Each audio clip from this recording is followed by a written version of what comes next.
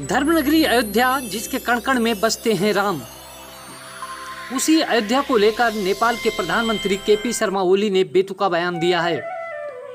ओली के इस बयान के बाद देश भर के संतों ने कड़ी नाराजगी जाहिर की है।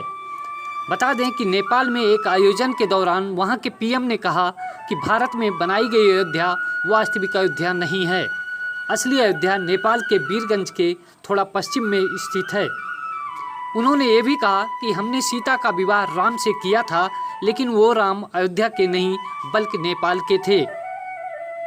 ओली के इस बयान के बाद संतों ने क्या प्रतिक्रिया दी है, आइए हम इसे देखते हैं। चैलेंज करता हूं कि माओवादी नेता ओली ने जो बयान दिया है, इसके गंभीर परिणाम उनको भुगतने होंगे। और नेपाल और भारत का रोटी बेटी का रिश्ता रहा है। अयोध्या का जो वर्णन वेदों में है, पुराणों में है, वाल्मीकि रामायण में है, तुलसीकृत रामायण में है कि अयोध्या के उत्तर दिशा में सरयू प्रवाहित होती हैं। और जो भी वर्णन है वह भारत के उत्तर प्रदेश स्थित अयोध्या का वर्णन है।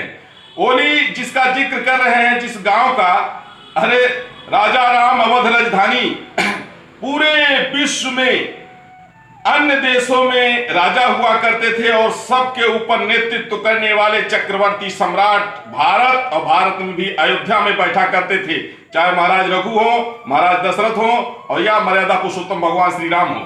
लेकिन ओली ने जो घिनौना बयान दिया है, इससे जो है पूरे देश की जो जनता है, भारतीय जनता को तो ये लग रहा है कि ये माओवादी और आतंकवाद की राह पर चल पड़ा है, चीन और पाकिस्तान के इशारे पर। और जो नेपाल के नेपाली जो धार्मिक नागरिक हैं, उनको भी इससे निश्चित रूप से बहुत कठोर जो है तो उनको आघात पहुंचा है।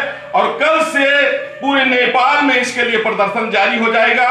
मैं इसके लिए धर्मादेश भी जारी करता हूं कि जो भी हमारे लाखों भक्त, लाखों शिष्य नेपाली हैं, वह जो है कल से रोड पर उतरेंगे और ये 1 महीने के अंदर ओली को सत्ता से बहिष्कृत करेंगे। नेपाल प्रधानमंत्री जी के द्वारा दिया गया वक्तव्य हमारे आराध्य, हमारे प्रभु, हमारे भगवान श्री राम के प्रति दुर्भाग्यपूर्ण है, क्योंकि नेपाल सदैव से हिंदू राष्ट्र रहा है, सनातन धर्म के मानने वाले। लेकिन कष्ट इस बात की है कि जब से नेपाल वामपंथियों के कुचक्र में आया, जब से नेपाल चाइना के सह में आया, तब से नेपाल के प्रधानमंत्री जी का बुद्धि भ्रष्ट हो गया।